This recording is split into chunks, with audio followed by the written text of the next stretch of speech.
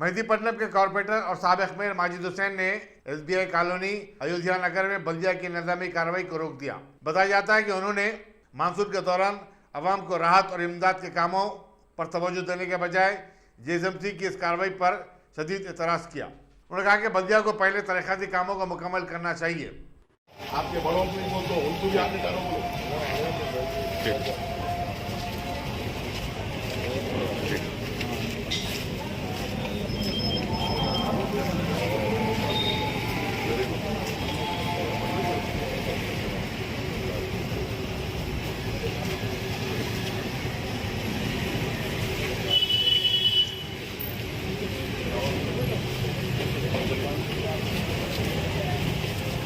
जिसके वाले फोटो तो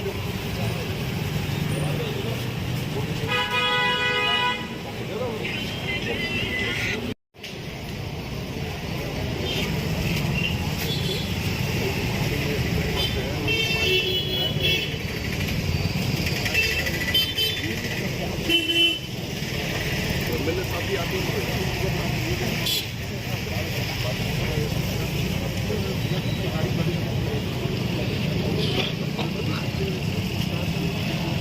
क्या था यहाँ पे? डिमोलिशन बोलते हो, पब्लिक का डिमोलिशन।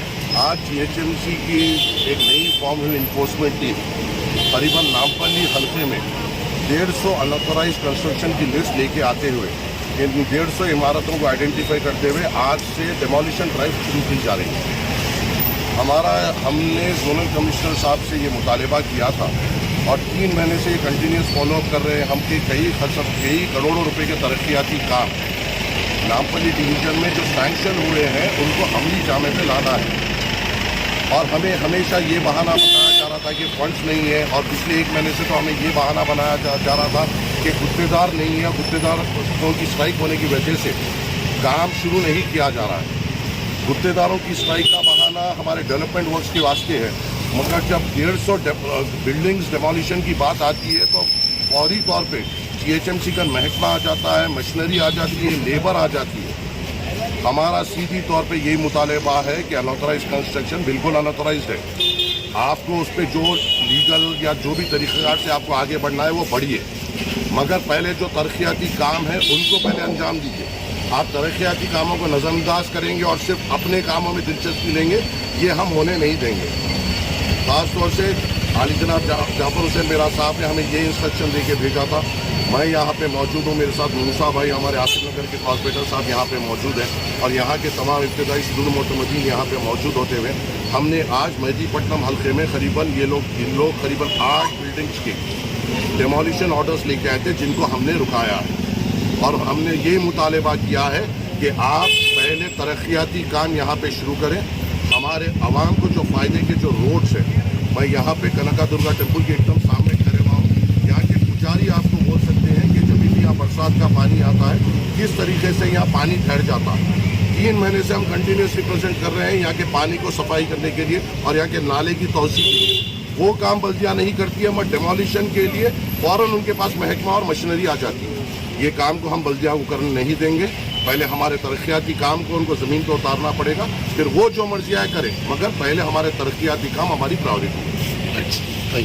నా పేరు అహ్మద్, నేను ఇక్కడ హైదరాబాద్ కాలనీ SBI కాలనీలో ఉంటాను। నేను ప్రస్తుతం ఇక్కడ కనకదుర్గ టెంపుల్ దగ్గర నుంచి మాట్లాడుతున్నాను। ఈరోజు GHMC ఆఫీస్ నుంచి కొంతమంది స్పెషల్ ఎన్ఫోర్స్మెంట్ ఫోర్స్ వాళ్ళు వచ్చేసి ఇక్కడ అక్రమ కట్టడాలని చెప్పి కూల్చడానికి వచ్చారు। మేము ఎన్నో సంవత్సరాల నుంచి మిలిటరీ దగ్గర నుంచి వస్తున్న కాలంలో వాన వరద నీళ్ళు ఇబ్బంది పెడుతున్నామని ఎన్నోసార్లు మేము GHMC ఆఫీస్కి వెళ్ళి ఎన్నోసార్లు మా ప్రజాప్రతినిధులు ఉన్నారు, ప్రెసిడెంట్ ఎక్స్ మేయర్ ఎవరైతే ఇక్కడ వచ్చున్నారో ఆయన ద్వారా కూడా AIMIM ex mayor Majid Hussain గారు ఈరోజు ఇక్కడ ఈ స్థలానికి వచ్చి ఎవరైతే ప్రవేశిస్తున్నారో ఆయన ద్వారా కూడా మేము చాలాసార్లు GHMC ఆఫీస్లో కంప్లైంట్ చేశాము। కానీ ఎప్పుడు వాళ్ళు చెప్పేది ఒకటే, సిబ్బంది కొరత, మషినరీ కొరత అని చెప్తారు। ఇక్కడ మేము అక్రమ కట్టడాలు కట్టేదాకా ఉండి దాని మీద మళ్ళీ GHMC ట్యాక్స్ అని ప్రాపర్టీ ట్యాక్స్లన్నీ అన్నీ కలెక్ట్ చేస్తారు। అన్నీ చేసి మా పనులు మాత్రం వాన పడంగానే ఇళ్లలో నీరు, షాపులలో నీరు, మా పెద్ద షాప్ కూడా ఇక్కడే, ఆయన షాప్లో కూడా నీళ్లు। ఎన్నిసార్లు కంప్లైంట్ పెట్టినా కానీ దీని విషయానికి మాత్రం ఎవరు ఉండరు। కానీ ట్యాక్స్ వసూలు చేసి అక్రమ కట్టడాలు అన్నప్పుడు ట్యాక్స్ వసూలు చేస్తారు, మళ్ళీ కూల్చడానికి మాత్రం సిబ్బంది at a time any time ready ఉంటుంది। ఇది ఎంతవరకు మీరు కరెక్ట్ అనేది మీడియా ద్వారా నేను ప్రశ్నిస్తున్నాను. దీనిపైన చట్టపరంగా చర్య తీసుకోవాలని మా జిహెచ్ఎంసీ వాళ్ళ సిబ్బంది ద్వారా మేము పడుతున్న ఈ వానాకాలంలో పడుతున్న ఇబ్బందిని ఎంత త్వరగా అయితే అంత త్వరగా దూరం చేయాలని మేము మాజీ డివిజన్కి మేము సపోర్ట్ చేస్తూ ఈరోజు అక్రమ కట్టడాలు దానికి మేము అగేన్స్ట్ కాదు. అక్రమ కట్టడాలు అక్రమమే చేయండి, కానీ మీరు చేయాల్సిన పని చేసి ఈ వాన వల్ల మేము పడుతున్న ఇబ్బందులను దూరం చేసిన తర్వాత దాన్ని ముట్టుకోమని చెప్పేసి మేము మాజీ డివిజన్ ద్వారా మేము విన్నపించుకున్నాము. ఆయన మా తోడున్నారు. మేము ఈ వాన వరదల వల్ల వచ్చే ఇబ్బందులు పూర్తయిన తర్వాతనే అక్రమ కట్టడాల జోలికి వెళ్ళాలని మేము మీడియా ద్వారా ప్రజాప్రతినిధులను కానీ జిహెచ్ఎంసీ ఆఫీసులను కానీ కోరుతున్నాం.